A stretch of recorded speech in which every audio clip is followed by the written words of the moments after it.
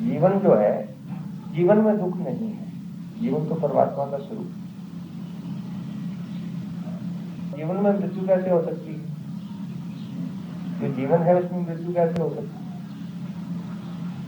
तो असल में हमने जिसको जीवन समझा हुआ है, ये तो मृत्यु का प्रवाह है। हर एक चीज जो है टूट रही है, लेकिन इसी को हमने जीवन समझा हुआ है। यार जीवन क्या है कि जी पैदा हुए, थोड़े बड़े हुए, पढ़ लिख गए, फिर बच्चे पैदा किए, धन कमा लिया, परिवार बना लिया, फिर मर गए। ये जीवन,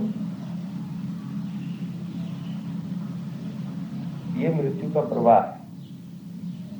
सच्चा जीवन जो है वो तो परमात्मा का स्वरूप है, उसमें कभी मृत्यु होती नहीं, उसमें कभी दुख सुख होता नहीं, उसमें कभी अपूर्णता का बोध नहीं होता, उसमें कोई बंधन नहीं है। वही सच्चा जीवन है। अब उस सच्चे जीवन में हम जग जाएं, और ये सारा प्रयास इसीलिए है उसकी पहचान हो जाए। जीवन को हम जानते भी तो नहीं, ये द्वंद्वों से भरा हुआ जीवन ये वास्तविक जीवन नहीं है। वास्तविक जीवन जो है वो तो तभी उपलब्ध होता है जब परमात्मा का दर्शन होते हैं, जब सत्य की पहचान होती है, जब अपने स्वरूप को आप पहचान लेते हैं, तब आप जीने लगते हैं। अभी जीते नहीं।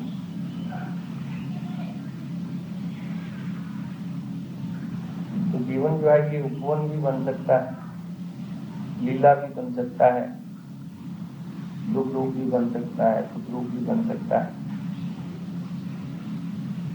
जैसा आप बनाना चाहें इसको बना लें।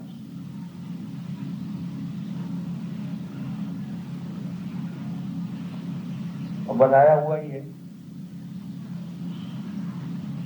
कोई ज्यादा दुखी है संसार में, कोई कम दुखी है, कोई सुखी है। और कोई भक्त लोग जो हैं, नानक दुखिया सब संसार, सो सुखिया जिस नाम आधार। भगवान का आधार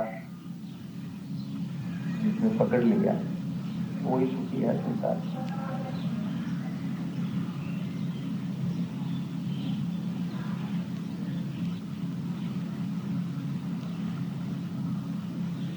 तो जीवन को अगर उपवन बनाना है तो हर समय भगवान का स्मरण करिए। पहले स्मरण करेंगे फिर अपने आप होने लग जाएगा, क्योंकि भगवान के साथ जो आपका संबंध है उसके प्रति आप सजग होने लग जाएंगे। और वो ऐसा संबंध है कि कभी टूटता ही नहीं। हम भूल सकते हैं, उसको टूटता नहीं होगा। जब आप उसका स्मरण करने लगेंगे तो उसकी याद आने लगेगी, उसको उसकी पहचान होने लगेगी। और अगर आप उस संबंध को पहचान जाएं तो फिर उसका स्मरण अपने आप होगा, फिर करना नहीं पड़ेगा। जैसे माँ को बच्चे का स्मरण होता है, क्योंकि वहां संबंध की प्रतीति है, इसीलिए स्मरण करना नहीं पड़ता, अपने आप होता है। हमें भगवान के साथ जो संबंध है उसकी प्रतीति नहीं है, इसीलिए पहले स्मरण करना पड़ेगा, कोशिश करनी पड़ेगी, बार बार उसका नाम स्मरण करना पड़ेगा, उसका गुणानुवाद सुनना पड़ेगा, स्वाध्याय करना पड़ेगा। फिर एक ऐसी स्थिति आ जाएगी धीरे धीरे कि उस संबंध की हमें प्रतीति होने लगेगी और अपने आप स्मरण होने लगेगी। तो जीवन को आनंद रूप बनाना है तो भगवान का स्मरण करिए, और संसार को ये समझिए स्वप्नवत, ऐसा मनन करिए बार बार।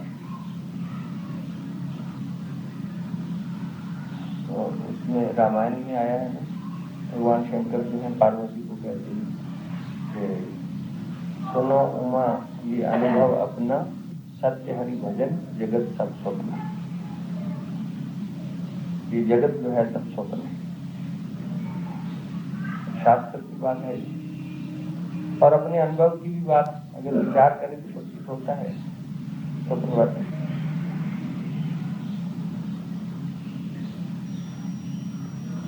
तो इस बात का मनन करते रहिए कि संसार जो है ये क्षण भंगुर है, इसमें सारे संबंध जो है ये क्षण जो है बनते हैं, बिगड़ जाते हैं, वस्तुएं जो है वो बनती हैं, बिगड़ जाती हैं, टूट जाती हैं।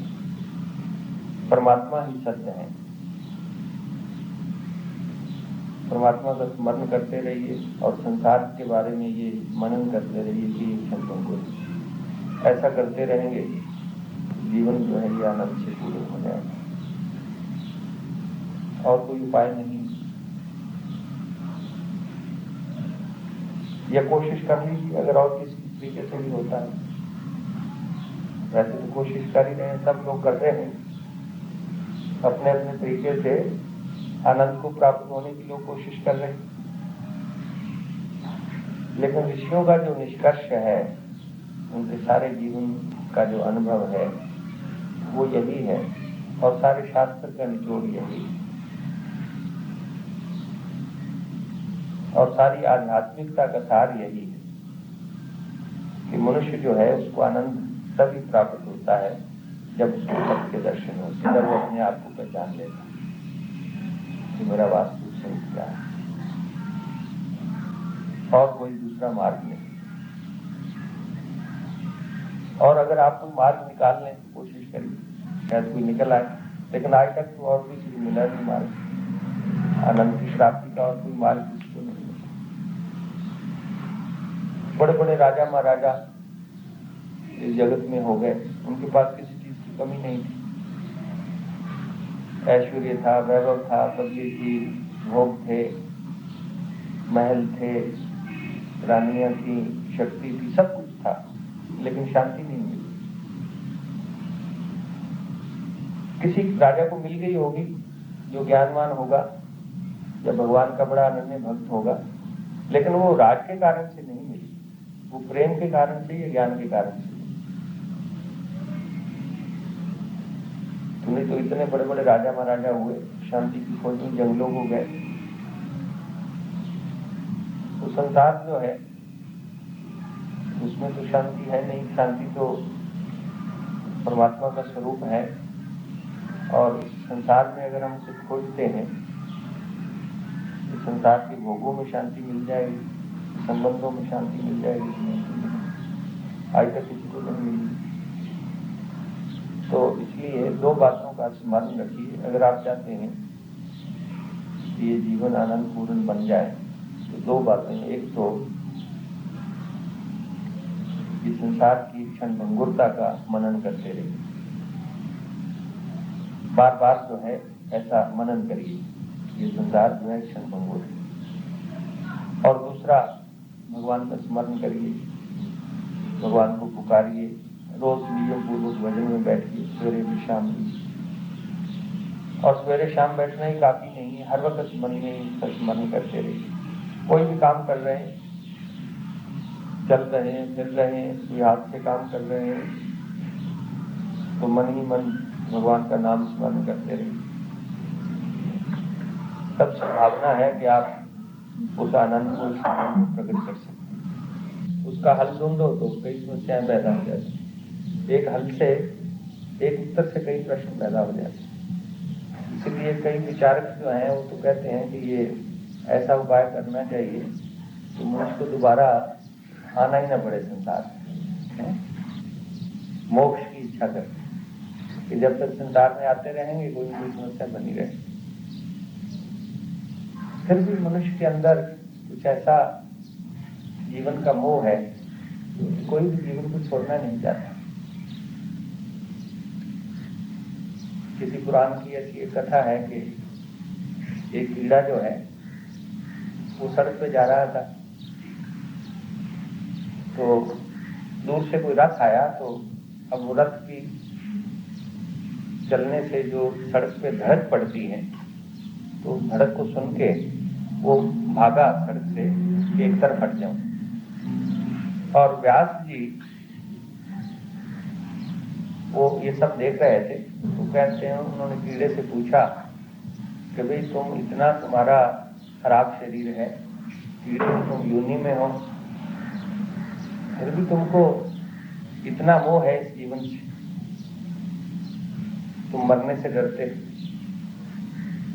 व्यास जी ने लिखा कि बड़े आश्चर्य की बात है, एक छोटा सा कीड़ा, अब कीड़े की योनि कौन पसंद करता है, लेकिन वो कीड़ा भी अपना शरीर नहीं छोड़ना चाहता है। बचने की चेष्टा करता है, सड़क से भाग के पीछे हट जाता है। ऐसा ही जीवन का मोह। और सारी जो समस्याएं हैं, कठिनाइयां हैं, प्रॉब्लम्स हैं, ये सब जीवन के मोह से पैदा होती हैं। और एक समस्या को हल करो तो 10 समस्याएं और पैदा हो जाती हैं। या तो आदमी स्वीकार ही कर ले कि ये तो ऐसे चलता ही रहेगा, इसमें कभी अनुकूलता आएगी, कभी प्रतिकूलता आएगी, लेकिन फिर भी प्रतिकूलता को कोई आपके अंदर ऐसी चीज है जो स्वीकार नहीं करती। कोई भी बाधा आती है, कठिनाई आती है, आप उसको दूर करने की चेष्टा करते हैं।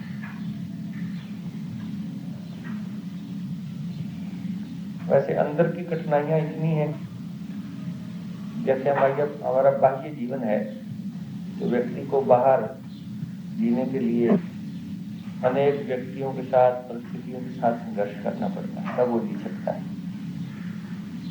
इसी तरह एक आंतरिक जीवन है, उस आंतरिक जीवन में जीने के लिए भी बहुत सारी आंतरिक शक्तियां हैं जिनके साथ संघर्ष होता है।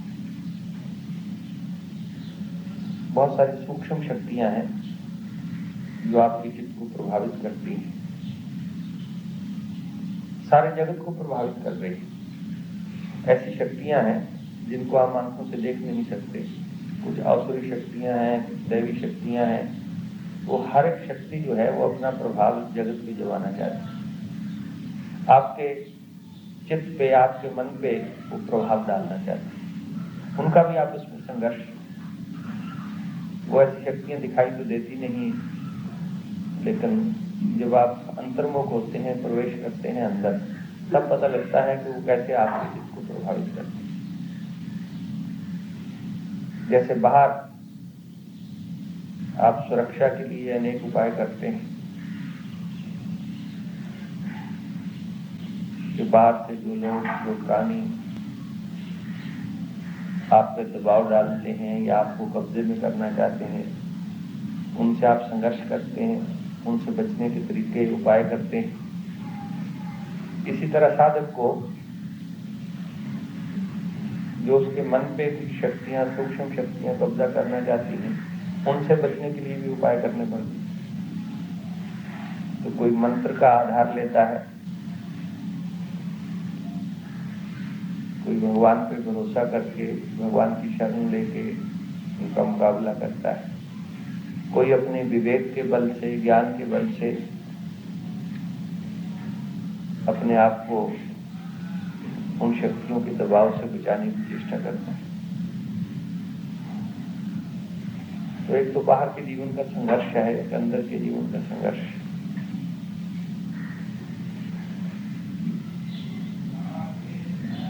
जीवन ही संघर्ष है। जब तक हम प्राकृतिक जीवन के साथ जुड़े हुए हैं, शारीरिक जीवन है, मानसिक जीवन है, तब तक संघर्ष है। या तो आप जीवन के उस आयाम को, उस आयाम में प्रतिष्ठित हो जाएं, उसका अनुभव हो जाए और उसमें एस्टैब्लिश हो जाए जो अपने आप में पूर्ण है, तब तो ये संघर्ष मिटेगा। जीवन का वो आयाम जिसे परमात्मा कहते हैं, उसमें प्रतिष्ठित हो जाए, तब कोई संघर्ष नहीं। तब बाहर का संघर्ष अगर होगा भी तो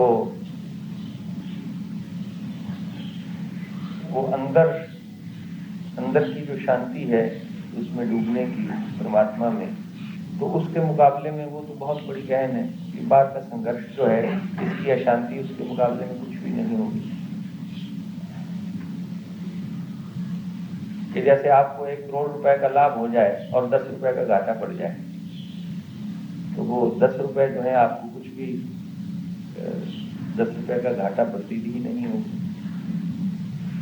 तो इसी तरह अगर आपको परमात्मा का, आत्म चेतना का अनुभव हो जाए और उस गहन शांति में आपका मन डूब जाए,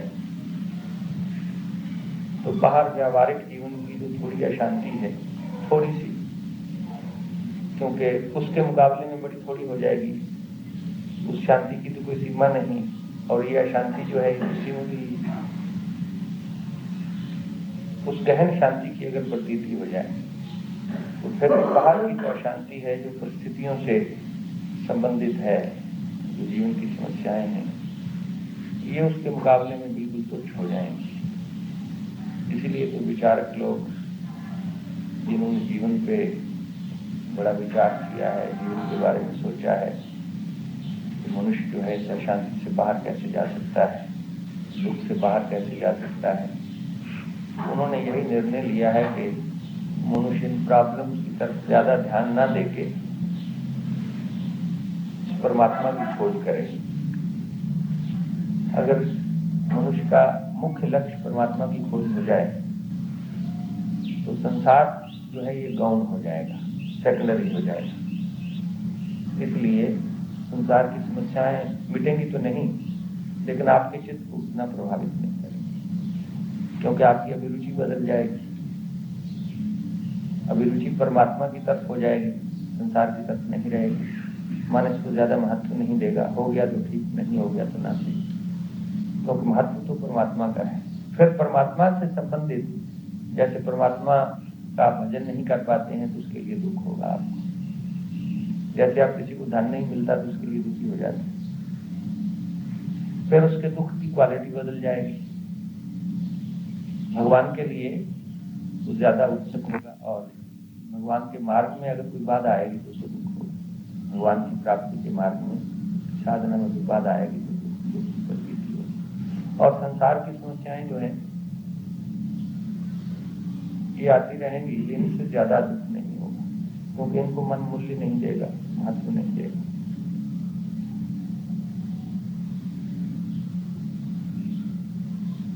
हर एक आदमी की अपनी अपनी समस्याएं हैं। एक के लिए जो बहुत बड़ी समस्या है, दूसरे के लिए वो समस्या नहीं है।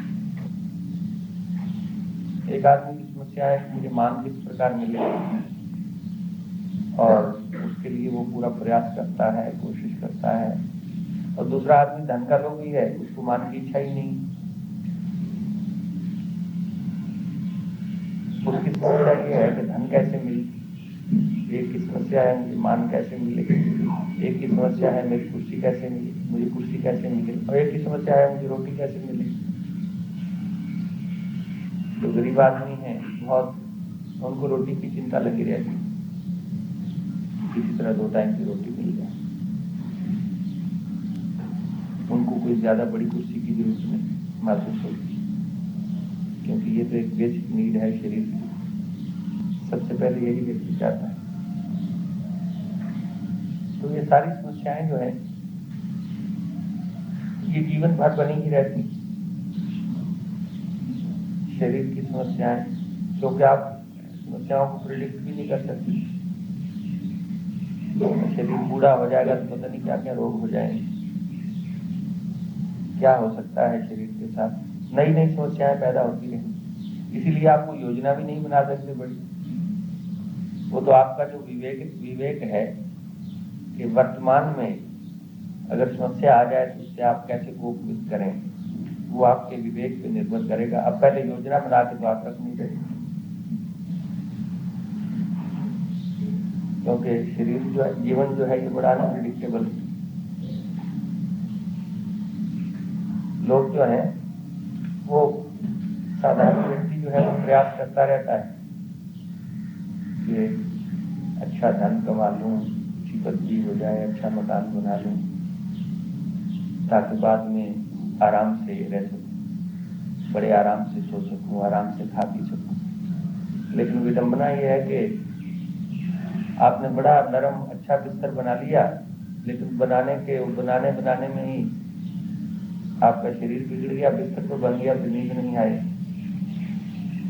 जीवन जो है बड़ा नरम बिस्तर जो है उसको पैदा करने में लग गया, और जब वो पैदा हो जाएगा तो आप सो भी नहीं सकेंगे, क्योंकि नींद जो है वो केवल नरम बिस्तर पे थोड़ी आती है। नींद का मन के साथ भी संबंध। अगर आपके मन जो है उसमें मनोग्रंथियां बन गई, मन जो है उसमें तनाव पैदा हो गए, उस तनाव से शरीर में रोग पैदा हो गए, तो चाहे फिर कितना भी नरम बिस्तर हो आपको नींद थोड़ी आएगी। या आपने बड़ा अच्छा मकान बना लिया, लेकिन उस मकान बनाने के बीच में जो आपको धन संग्रह में या जो परिश्रम करने में मन में तनाव रहा, और उससे अगर आपका शरीर बिगड़ गया तो मकान अच्छा भी बन जाएगा लेकिन आराम थोड़ी देगा आपको।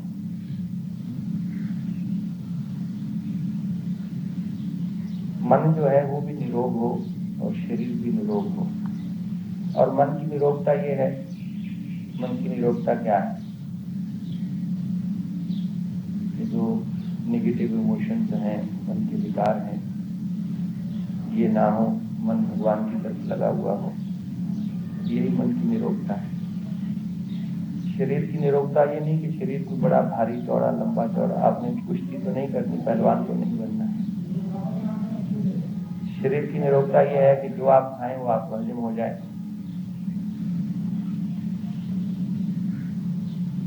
मन भी निरोग हो, शरीर भी निरोग हो, हर व्यक्ति का जीवन सुखी। या ये है कि मन जो है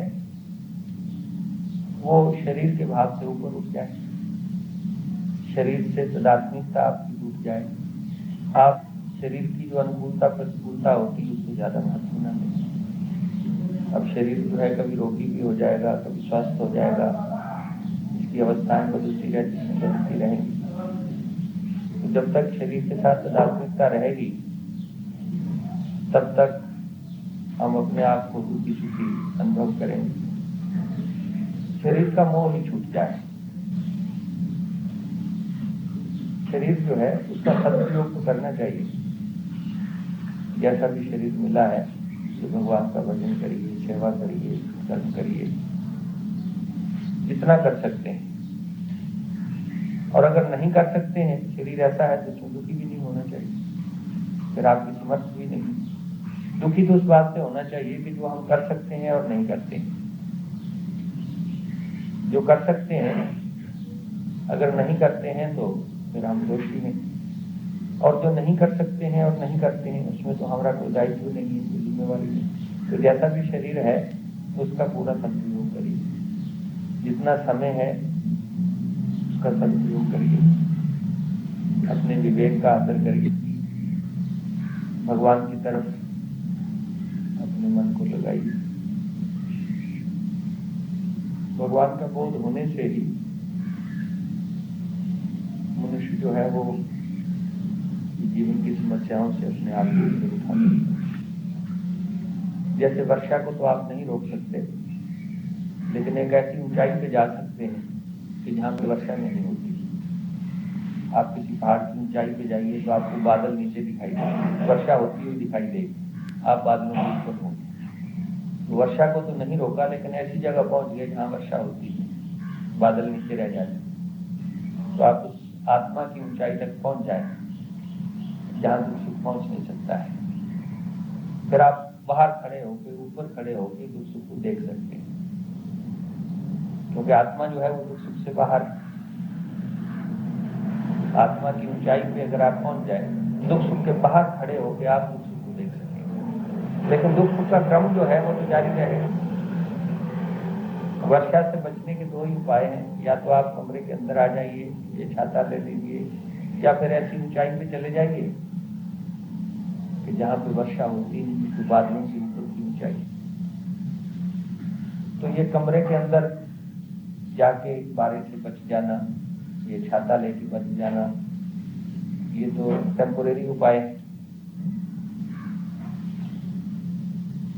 क्योंकि हर वक्त आप छाता नहीं ले सकते, हर वक्त कमरे के अंदर भी नहीं रह सकते, लेकिन हर वक्त आत्मा में रह सकते हैं, क्योंकि आत्मा आपका स्वरूप है। संसार में आप पूरी तरह नहीं डूब सकते, कितनी भी आप कोशिश कर लें, क्योंकि इसीलिए तो विषयों से तृप्ति नहीं होती, क्योंकि व्यक्ति जो है वो विषयों में पूरी तरह डूब नहीं पाता है, कुछ हिसाब उसका बाहर ही रह जाता है विषयों से, क्योंकि आत्मा जो है वो बहुत बड़ी है, विषय छोटे हैं, परिस्थितियां छोटी। इसी तरह इसलिए मनुष्य जो है वो पूरी तरह विषयों में नहीं डूब पाता है, भगवान में पूरी तरह डूब सकता है, क्योंकि भगवान की बड़ी गहराई, आत्मा की तृप्ति जो है वो भगवान से होती है, क्योंकि आत्मा भगवान में ही समा सकती है। संसार में तो कितना भी आप डूबने की कोशिश करें, कुछ बाहर रह जाए, परिस्थितियां, विषय छोटे हैं, आत्मा बड़ी है, इसीलिए तो विषयों से तृप्ति नहीं होती। तो परमात्मा में या आत्मा में आप हर वक्त रह सकते हैं, आनंद में हर वक्त रह सकते हैं, सुख में हमेशा नहीं रह सकते, दुख में भी हमेशा नहीं रह सकते, क्योंकि दुख सुख जो है यह स्वाभाविक है, हमारा स्वभाव नहीं, और जो स्वभाव नहीं होता है वो हमेशा नहीं रहता। दुख सुख जो है ये हमारा स्वभाव नहीं। दुख सुख तो हमें इसीलिए हो रहा है कि हमने अपने आप को शरीर और मन के साथ जोड़ रखा है। अगर आपको अपने स्वरूप का बोध हो जाए और ऐसा प्रतीत हो कि शरीर और मन के साथ मेरा कोई भी संबंध नहीं और है भी नहीं, ये तो आत्मा में मन और शरीर के गुण जो है आत्मा में प्रतीत हो रहे हैं अज्ञान के कारण से। जैसे एक सफेद गिलास है, उसमें आप रंगदार शरबत डाल लीजिए तो गिलास भी प्रतीत होगा रंगदार, लेकिन वो रंग गिलास का अपना नहीं, वो तो शरबत के रंग के कारण से प्रतीत हो रहा है। जब आप शरबत बाहर निकाल लेंगे गिलास से तो प्रतीत होगा गिलास साफ है, उसमें रंग है ही। तो ये जो दुख सुख प्रतीत हो रहे हैं आत्मा में, ये शरीर और मन के संयोग के कारण से हो रहे हैं। कभी आप समाधि में जाके ऐसा अनुभव कर लें, शरीर और मन से अलग हो जाएं, तो फिर आपको प्रतीत होगा कि दुख सुख तो मेरे नहीं है, ये तो शरीर के कारण से प्रतीत होते हैं। और एक बार जैसे गिलास को आपने देख लिया, शरबत अलग करके देख लिया कि ये तो सफेद है, और फिर भले ही उसमें आप शरबत डाल दीजिए तो दिखाई तो ये देगा कि गिलास जो है रंगदार है, लेकिन आपने उसको देख लिया है कि ये तो रंगदार नहीं है, आपने पहले उससे शरबत अलग करके देख लिया है। इसीलिए तत्काल आपकी जो बोध वृत्ति है वो कह देगी कि गिलास में रंग नहीं है, गिलास में प्रतीत होता है लेकिन है नहीं गिलास में रंग। इसी तरह आत्मा का जब बोध हो जाए, और बोध होता है समाधि में, जब मन शरीर जो है आत्मा से अलग हो जाते हैं, विषय जो है वो सारे शांत हो जाते हैं, मन की वृत्ति है डूब जाती है। जब आप ध्यान की प्रगाढ़ अवस्था में चले जाते हैं, कपिल मुनि ने कहा ध्यानम निर्विषय मना, मन का निर्विषय हो जाना जो है यही ध्यान है। ध्यान की परिपक्व अवस्था जो है वही समाधि की। तो समाधि की अवस्था में क्योंकि कोई विषय रहता नहीं, इसीलिए उसके साथ तद्रूप होने का कोई प्रश्न पैदा नहीं होता।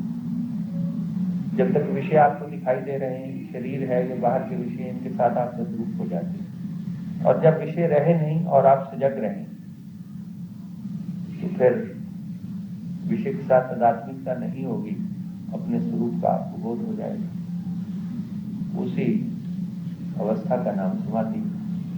तो एक बार समाधि में जाके आप देख लें कि मुझ में तो दुख सुख नहीं है, कि मन और शरीर के कारण से प्रतीत भले ही हो रहे हैं लेकिन है नहीं।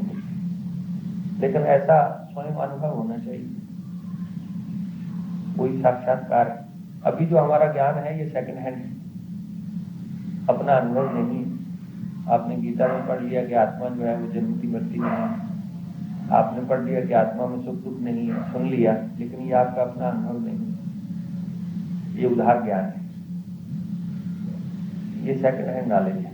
जब स्वयं आप समाधि में जाके ऐसा अनुभव कर लें कि आप में दुख सुख नहीं है, वो तब अनुभव होगा जब सारे विषय जो है शांत हो जाएंगे, मन ही डूब जाएगा, क्योंकि मन के माध्यम से ही तो विषयों का अनुभव होता है। चित्त वृत्ति निरोध हो जाएगा, तब आपका आत्मा जो है वो अपने स्वरूप में प्रतिष्ठित होगा, तब दुख सुख नहीं रहेंगे। योग चित्त वृत्ति निरोधा, योग की परिभाषा पतंजलि ने की है कि चित्त की वृत्तियों का निरोध हो जाना योग है। और वो कहते हैं कि निरोध हो जाए तो क्या होता है कि आत्मा अपने स्वरूप में प्रतिष्ठित होती है, अपने स्वरूप में स्थित होता है। स्वरूप में स्थित होने का अर्थ है कि उस समय उसको दुख सुख की प्रतीति नहीं होती, सजग रहता है, और दुख सुख की प्रतीति नहीं होती क्योंकि कोई विषय ही नहीं होता जिसके साथ वो तद्रूप हो जाए। मन ही पूरी तरह निरोध हो जाता है। तो ऐसी प्रतीति हो जाए, फिर व्यक्ति जो है उस आत्मा के बोध के बल से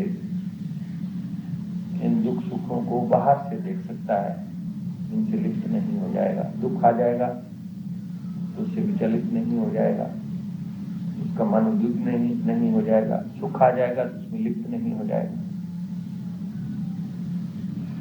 दुखेषु अनुद्विग्न मना सुखेषु विदिशक्रिया। अगर दुख की परिस्थिति आ गई तो उसमें उद्वेग नहीं होगा मन, और सुख की परिस्थिति आ गई तो उसमें हर्ष नहीं होगा। विदित सुप्रिया, उसमें सुप्रिया नहीं हो जाए, उसमें लिप्त नहीं हो जाए। जैसे आप बाहर खड़े होकर देख रहे हैं, दुख सुख को बाहर खड़े होकर देख रहे हैं, ऐसी स्थिति बताई। और ऐसी स्थिति प्राप्त हो सकती है, किसी को प्राप्त हुई है तभी तो उसने बताया। इसलिए शास्त्र से, ऋषियों की वाणी से हमें एक बड़ा आश्वासन मिलता है, प्रेरणा मिलती है, एक आशा बनती है कि हम भी दुख सुख से बाहर जा सकते हैं। कोई ऐसी स्थिति है जो दुख सुख से बाहर की स्थिति है, जिसका ऋषि संकेत कर रहा है और उसको अनुभव हुआ है तभी तो संकेत कर रहा है। हम भी ऐसी स्थिति उपलब्ध हो सकते हैं। तो एक बड़ा आश्वासन है, शास्त्र से मिलता है, ऋषियों की अनुभव वाणी जो है उसकी बड़ी प्रेरणा मिलती है। तो संभावना है उससे बाहर जाने की, और उपाय भी उसका बताया है उससे बाहर जाने का। अब चलना हमने स्वयं, साधना हमने स्वयं करनी। आप बड़े भूखे हैं, किसी ने कहा कि भोजन खा लो और आपकी भूख मिट जाएगी, तो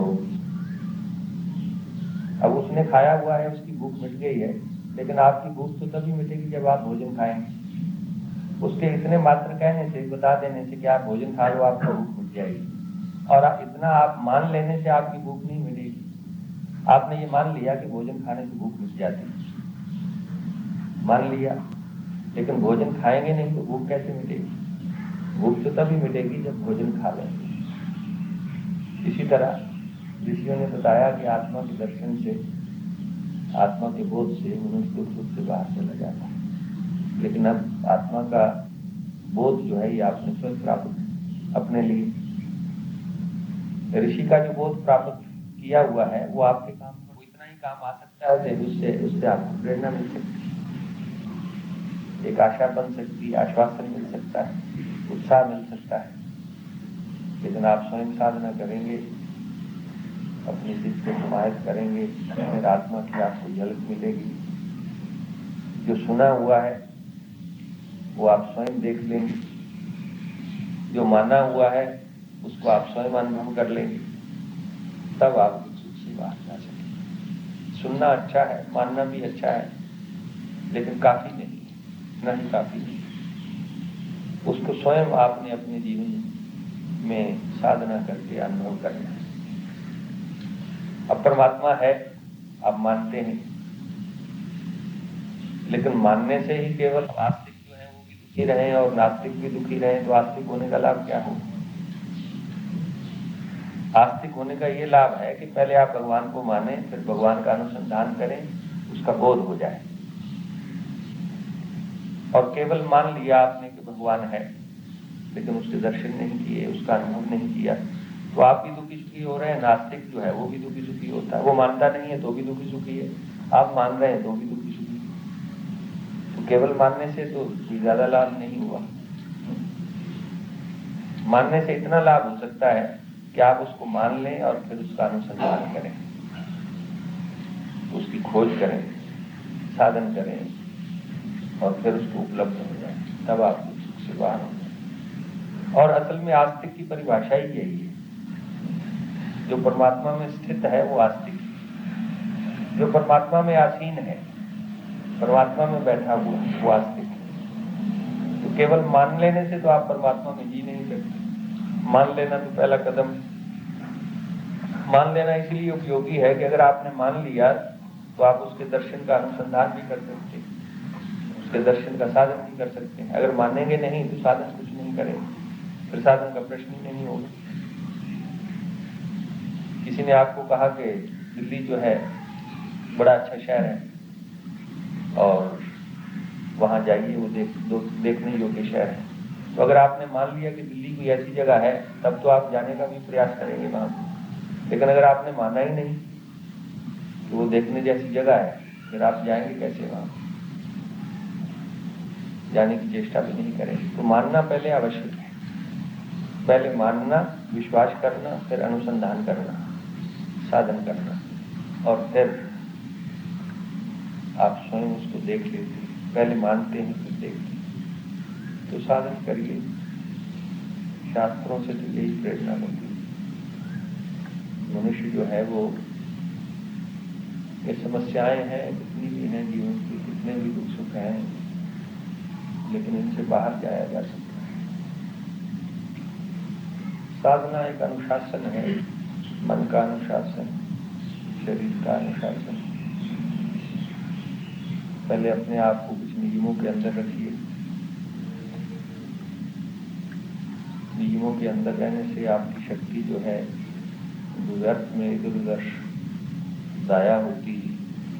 मन की शक्ति, शरीर की शक्ति, बुद्धि की शक्ति, उस पर संयम होने लग जाएगा। फिर उसी शक्ति को आप एकत्रित करके भगवान की प्राप्ति के मार्ग में लगा सकते हैं। अनुशासन से जीवन में शक्ति आती है। समष्टि में भी आप उस किसी कौम की तरफ देख लीजिए, जिस कौम में ज्यादा डिसिप्लिन था। अब अंग्रेज जो थे, बड़ी छोटी सी कौम थी और सारी दुनिया के ऊपर छा गई। उनके जीवन में अनुशासन था। व्यक्ति के जीवन में अनुशासन हो, उसके अंदर शक्ति आ जाती। किसी समाज में अनुशासन हो, समाज में शक्ति आ जाती। अंग्रेजों में कुछ गुण भी बड़े अच्छे थे। हमने उनके सारे दोष जो हैं उनको ले लिए, गुण उनका कुछ किया नहीं। अमृतसर में एक व्यक्ति थे, ये चावला जी जो आए थे कल परसों, उनके पिताजी, उन्होंने एक बात सुनाई।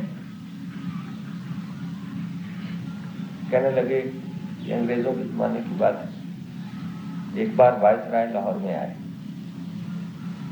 और उन दिनों लाहौर में लाहौर के पार एक गांव था, वहां बहुत बड़ा मेला लगता था।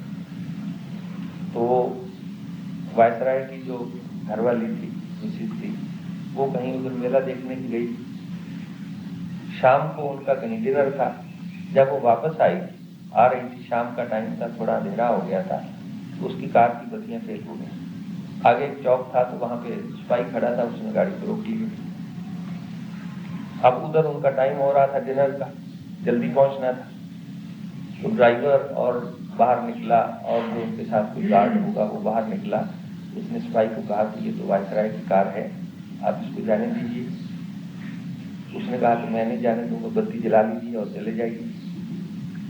उन्होंने बड़ा उसको धमकाया कि देखो तुमको मुअत्तल कर देंगे, वायसराय की कार है, उन्होंने डिनर पे जाना। उसने कहा जी कि मैं मना नहीं करता, क्योंकि मेरी तो ड्यूटी ही इसीलिए है।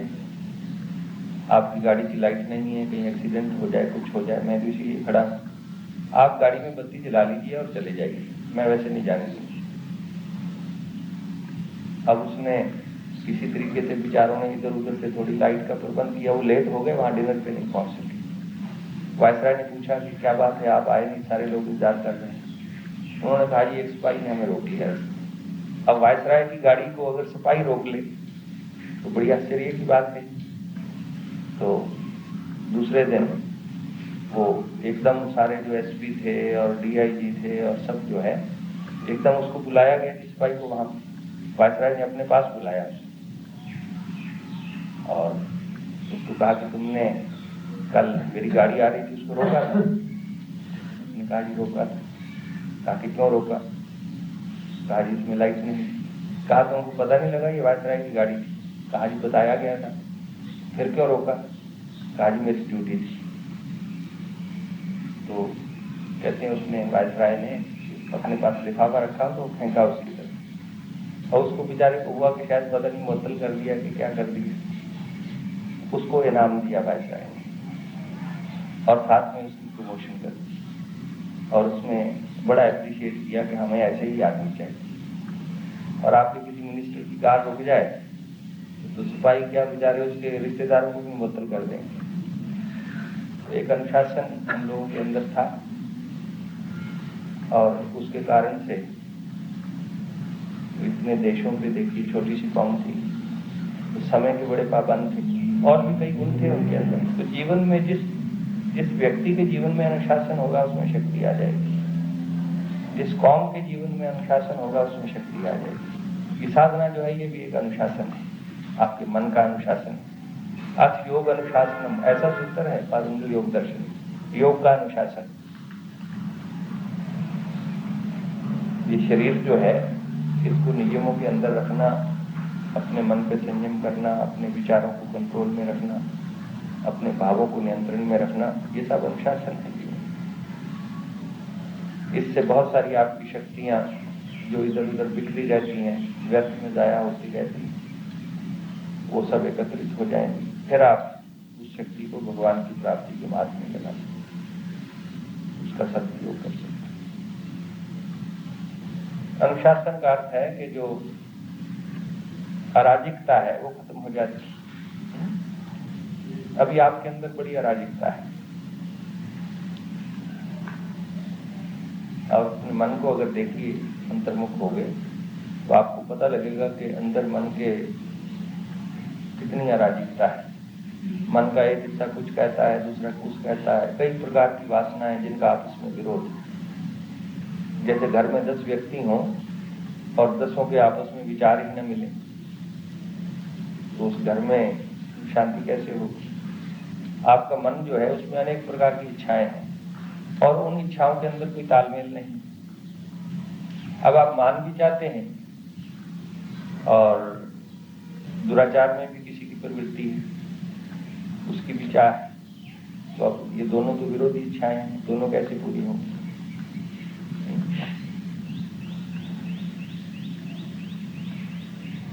अनेक इच्छाएं हैं और उनका आपस में कोई तालमेल नहीं, तो मन के अंदर बड़ी अराजकता है। उसके कारण से मन की शक्ति जो है वो क्षीण होती रहती है। तो एक अनुशासन है जीवन का, मन का अनुशासन। मन के विचारों पर नियंत्रण रखिए। इच्छाएं हैं, अनेक प्रकार के संकल्प होते हैं, कुछ अनावश्यक संकल्प होते हैं जिनका वर्तमान से कोई संबंध ही नहीं होता। कुछ ऐसे विचार आते हैं जिनका भूतकाल से संबंध है, अब उनसे कोई लेना देना नहीं, भूतकाल से जो निकल गया सो निकल गया, लेकिन वो भूतकाल की स्मृति हमारे मन को क्षुब्ध करती रहती। अब वो अनावश्यक चिंता, भविष्य के लिए जो चिंता है वो भी अनावश्यक है। अनावश्यक इस कारण से कि भविष्य जो है वो तो प्रिडिक्टेबल ही नहीं और फिर उसका पता भी नहीं है। अब जैसे एक आदमी ये चिंता करने लगे कि 20 साल के बाद मेरी लड़की की शादी कैसे हो और बड़ा चिंतित रहे, तो अब हम ये नहीं कहते कि उसको प्रबंध नहीं करना चाहिए। प्रबंध करना और बात है और चिंता करना और बात है। अब पता नहीं 20 साल के बाद 20 साल तक वो खुद रहेगा या नहीं रहेगा, उसकी लड़की रहेगी या नहीं रहेगी, वो जो परिस्थिति तो अभी आई ही नहीं है, लेकिन चिंता उसको पहले ही हो रही। तो ऐसी जो चिंता है ये अनावश्यक है। या भूतकाल में कोई ऐसी घटना हो गई और वो किसी ने अपमान कर दिया, किसी ने गाली दे दी, अब अभी तक भी उसको आप याद किए हुए हैं, उसकी याद आती है और आप परेशान रहते हैं। अब फिर आप ऐसे ऐसे संकल्प करते हैं जिनका कोई वर्तमान से संबंध नहीं, अनावश्यक संकल्प, उनको छोड़ दीजिए। जो आवश्यक संकल्प हैं, जिनका वर्तमान से संबंध है और जो शुभ संकल्प हैं, उनको अपनी समर्थ के अनुसार पूरा कर दीजिए। क्योंकि परेशानी तो वो संकल्प करते हैं कि जो अनावश्यक हैं, जो अशुभ हैं और जिनको पूरा करने की आप में समर्थ नहीं, उससे आप परेशान रहते हैं। जिनका भविष्य से संबंध, ऐसे संकल्प आप छोड़ दीजिए। तो जो आवश्यक संकल्प हैं वो अपने आप प्रकृति परमात्मा उसको पूरा करता रहे। शुभ संकल्प हो और आवश्यक हो, अनावश्यक ना हो। कई शुभ संकल्प भी अनावश्यक होते हैं। जैसे मैंने कई बार बताया कि अब आपके मन में संकल्प हो रहा है कि कैलाश की यात्रा करें, अब शरीर जो है वो इस योग्य नहीं है कि आप वहां जा सकें, उसके लिए धन भी खर्च होता है, वो भी आपके पास नहीं, और फिर अभी यात्रा का समय भी नहीं है, वो तो 8-10 महीने बाद में आएगा, अभी सर्दियों का मौसम है। तो अब ये जो आपको संकल्प हो रहा है ये अनावश्यक संकल्प है, क्योंकि एक तो इसका वर्तमान से संबंध नहीं है, दूसरा इस संकल्प को पूरे करने की आपकी समर्थ नहीं है। शुभ तो है ये संकल्प, शुभ नहीं है लेकिन अनावश्यक है, ये आपके भजन में विघ्न डालेगा, ये इससे आपको व्यर्थ चिंतन होगा, भजन में बाधा पड़ेगी। ऐसे संकल्पों को विचार से छोड़िए। मन पे नियंत्रण करना है, अपने संकल्पों पे नियंत्रण करना है, इच्छाओं पे नियंत्रण करना है। फिर आप देखेंगे कि जीवन में एक बड़ी विलक्षण शक्ति आपकी प्रकट होगी, एक विलक्षण आनंद की प्रतीति होगी। इच्छा के सुख को तो आपने देखा है, इच्छा की पूर्ति के, अनिच्छा के आनंद को भी देखिए, आप प्रयोग करके देखिए। एक क्षण के लिए आप मन से इच्छाएं निकाल दीजिए, आप बड़े हल्के हो जाएंगे। एक क्षण के लिए आप भगवान पे छोड़ दीजिए, जो भी चिंताएं हैं वो उसको भगवान पे छोड़ दीजिए, आप देखिए कितने हल्के हो गए, बड़ी प्रसन्नता का अनुभव होगा। अब ये तो आप स्वयं प्रयोग करके देखिए, ये कोई सिद्धांत की बात तो है नहीं, कोई दार्शनिक बात नहीं। आप स्वयं एक क्षण के लिए आपकी जितने भी मन की चिंताएं हैं, इच्छाएं, वो भगवान पर छोड़ दीजिए। जैसा प्रभु तुम करोगे ठीक होगा, सब ठीक हो जाएगा, भगवान पर छोड़ दीजिए। तो एक क्षण में ही देखेंगे आपका मन जो है कितना हल्का होगा, शांत होगी, एक बड़े विलक्षण प्रसन्नता की प्रतीति आती है। तो कोशिश करिए, आप उस आनंद को देखने की भी कोशिश करिए। संसार में तो आपने देख लिया कि कोई ऐसा सुख नहीं मिला जो दुख से बचा हुआ, दुख और सुख दोनों। सुख हो जाए तो भी सुख चला ना जाए, उसका भय। दुख आ गया तो उसको हम स्वीकार नहीं करते। सुख आया है तो समझिए दुख आने वाला है, वो इंतजार कर रहा है पर्दे के पीछे, और दुख आया हुआ है तो समझिए सुख आने वाला है। ये तो दिन और रात की तरह है।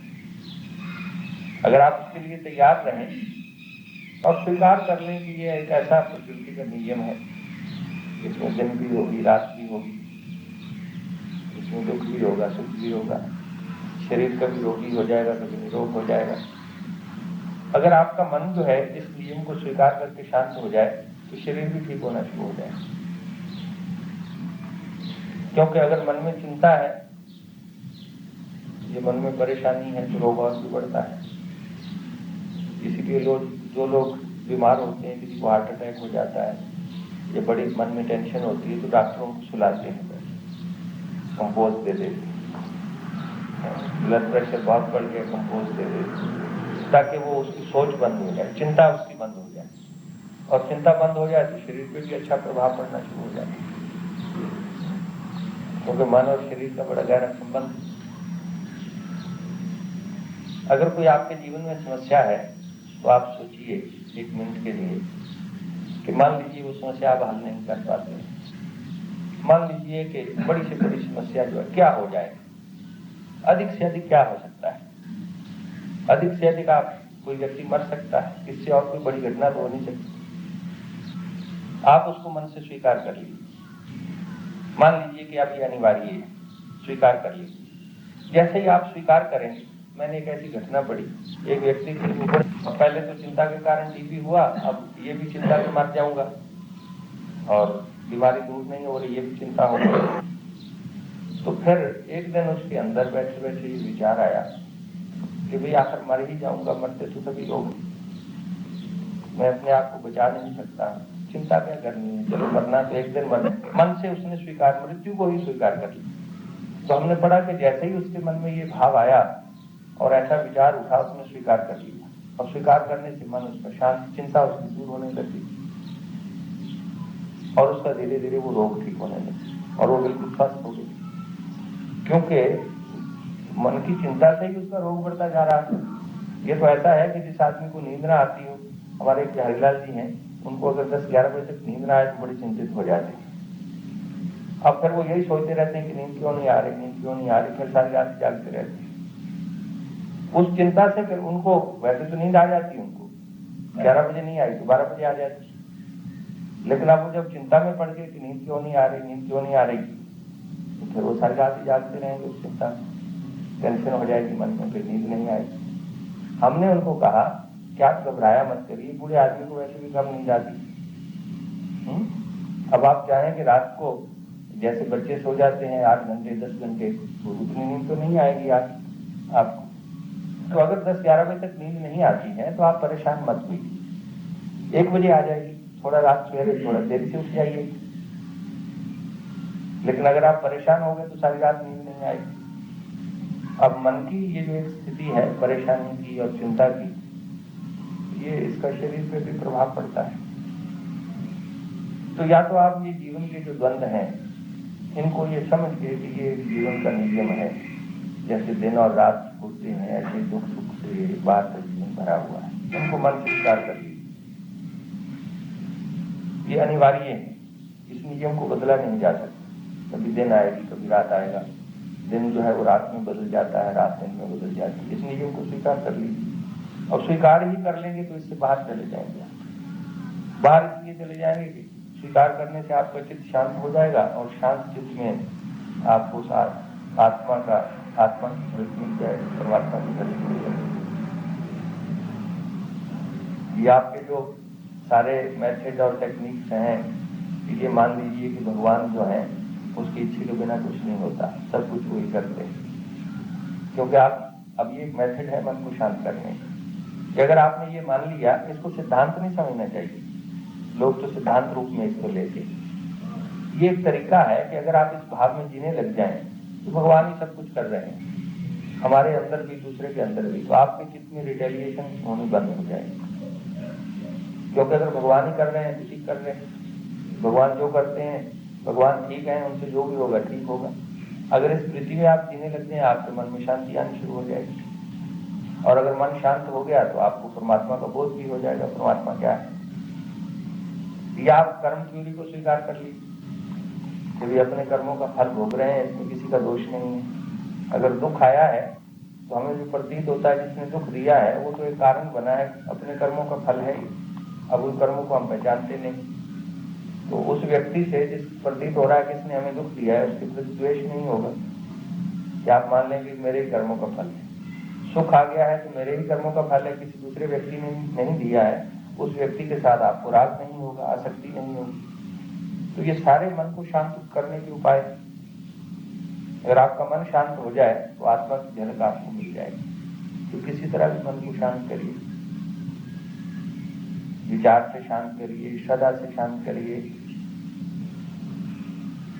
ये विश्वास कर लीजिए कि भगवान की इच्छा ही पूर्ण हो रही है। प्रभु तेरी इच्छा, मन से स्वीकार कर लीजिए, मन शांत हो जाएगा, चित्त में प्रतिक्रिया नहीं होगी, और मन शांत हो जाएगा तो सत्य का बोध हो जाएगा। ये सारे उपाय मन को शांत करने।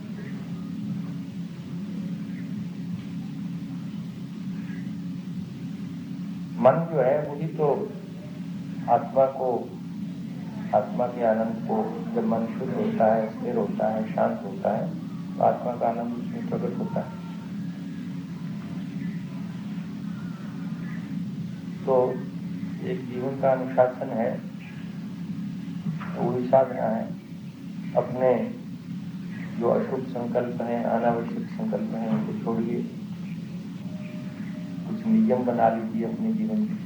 शरीर से ही नियम शुरू कर दीजिए, क्योंकि जहां पे हम खड़े हैं वहीं से हमको चलना है। समय पे उठना, समय पे खाना, समय पे पीना, समय पे सोना, और भजन भी समय से ही शुरू करिए, नियम से शुरू करिए। सवेरे शाम के नियम पूर्वक बैठिए, और फिर दिन को भी कोशिश करिए भगवान का विश्वास ना को भूल न जाए। तो यही साधना है कि दुख से बाहर जाने की।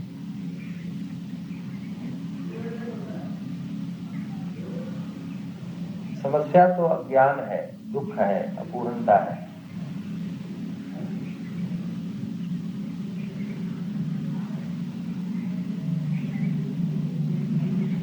ज्ञान जो है वो ज्ञान से ही दूर होता है, और ज्ञान जो है वो शांत मन में होता है।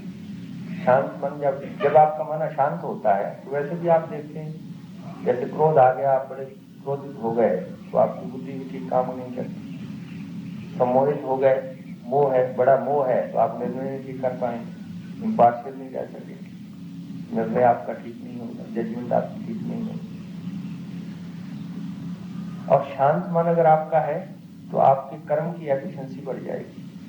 अगर आपके मन में भय है, मन आपका अशांत है, उसमें तनाव है, तो आपका कर्म भी कुशल नहीं होगा, आप पूरी शक्ति नहीं कर्म में लगा सकेंगे।